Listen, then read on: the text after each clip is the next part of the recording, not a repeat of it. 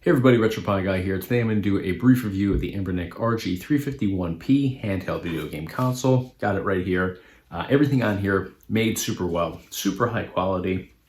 It's right in line with all the other Anbernic portable handheld consoles. They put a lot of stuff out recently. Everything's been really nicely done for the most part. Does have some limitations, as most handhelds do with emulation. I do find that N64 works well for the most part. Dreamcast, I'd say that you get about 65–70% of games that are on here working pretty well. You know, it does have some limitations. You will have some games that have some little minor glitches, but for the most part, you can get through the majority of them. PSP, it's really 50-50 on PSP. Some games work super well. Some games don't work well at all. Sometimes you'll be playing like a fighting game and it'll be working really well, then it'll just slow down to like almost like a slow motion fight because it's just pushing the system further than it's capable of going. But more on that later. Let's go over the basic layout here. So just looking at this, you see that you have your D-pad, you have your start and select up here on the top, 4-button configuration, A, B, X, Y, and then you have dual analog sticks, which is a nice upgrade from a lot of the Anbernic handheld consoles out there that have just the one. So this one you have two. Both of them have that button feature too, if you just push that in. Now both of them have that button function as well, so you can push both of these analog sticks in, get the button function. Up at the top we have our L1, L2, R1, R2 shoulder and trigger buttons. Nicely done on there. Nice feedback on both. Nice click to them. It works super well. Your fingers automatically, just by lifting them up, go right to where you need them for trigger and shoulder function. So I really like the layout there. OTG ports up at the top. You're gonna be plugging into this one to charge up the power supply. And then you have your 3.5mm headphone jack right there, dead center. Going to the right-hand side here, we have our volume control. Left-hand side, just our power button, which is a really nice power button. It's not one of those that you really have to like push and hold it. This one engages and enables super easily, so it was something that stood out to me from some of the other Anbernic products. Down at the bottom, we have dual speakers, which is nice because the sound on here is phenomenal. Super high quality sound, so that was also an upgrade from a lot of the other Anbernic handheld consoles out there. Some of them had some audio that was like a little crackly. It wasn't super high quality. This one's super high quality. I really like it. Reset button at the bottom, and then you have your micro SD card slot here where you can put in a different game collection card or upgrade this if you want. Now, speaking of micro SD cards, I definitely recommend upgrading it because the stock game collection card that comes on here with the stock firmware, you know, it's right in line with all the other Anbernic products out there. If you've seen any of my Anbernic product reviews, I always say upgrade it because, you know, the first thing that you'll notice is that it's a, no name brand SD card, which are just notorious for being unreliable. A lot of times they just corrupt for no reason at all. And, and then you have a really nice console with no games or firmware or operating system, nothing to use it on. So definitely recommend upgrading that. We actually do have a RetroPie Guy game collection card available. I'll put a link in the description below.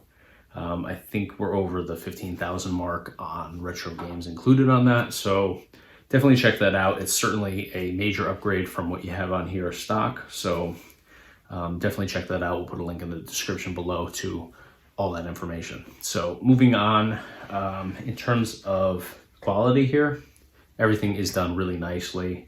There's nothing that feels cheap at all on here.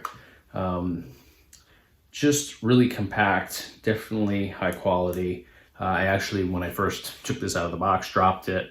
No damage whatsoever. I dropped it from probably about 4 feet up too. So no damage whatsoever, not even a ding.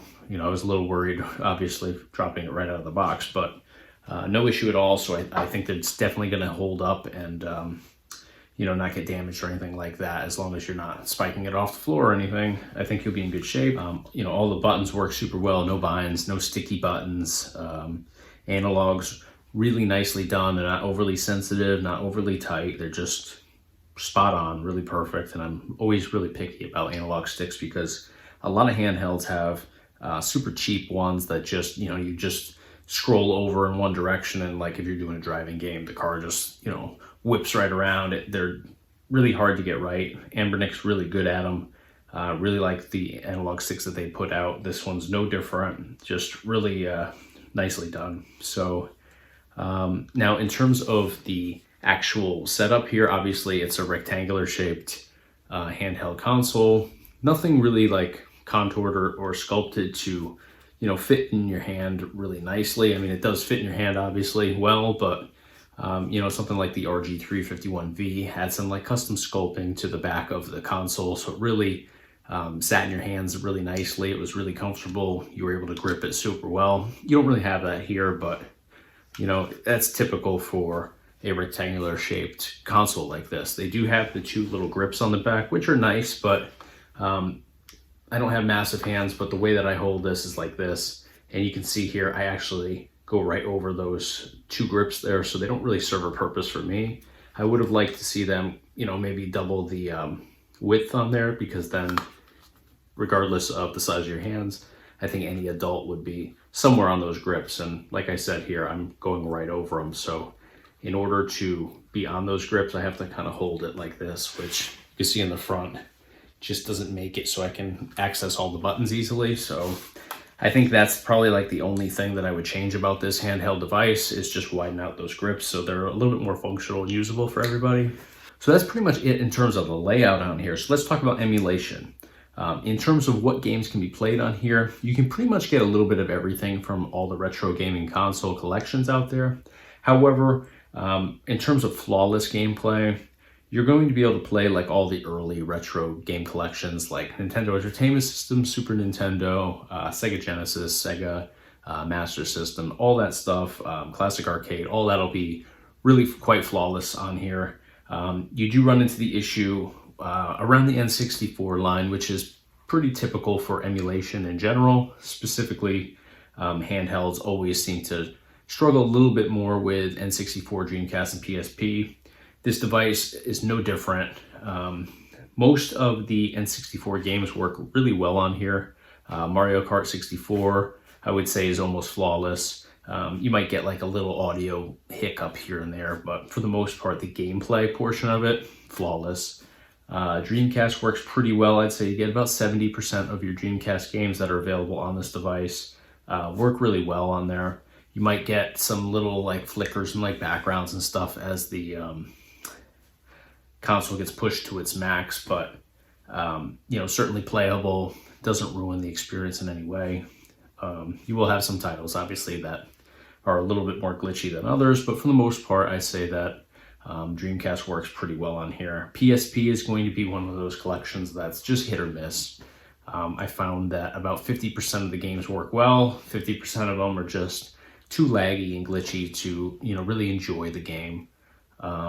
So I'm actually not going to do any gameplay demos in this video, but I will do some and post them separately. And the reason being, exactly like I said with PSP, you have some games that work really well, some games that work not well at all. So I think that if we can just put up a couple of different games from each collection, it'll really just give you, the viewers, a fair understanding of exactly what this device is capable of within each specific collection. So, but overall, like I said before, if you're looking for this, you know, purely for like PSP, this isn't the handheld device for you.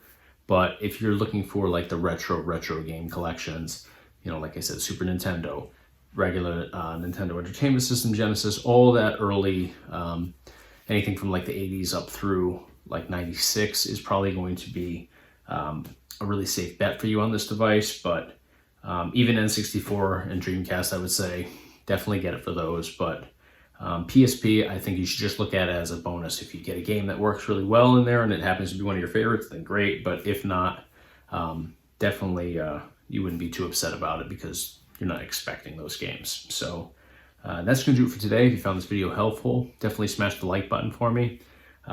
Subscribe to our YouTube channel because we do a whole bunch of different gameplay demos, product reviews like this one, tutorials, just a lot of great stuff around retro gaming. And check us out online, www.retroPieGuy.com. Thanks for watching.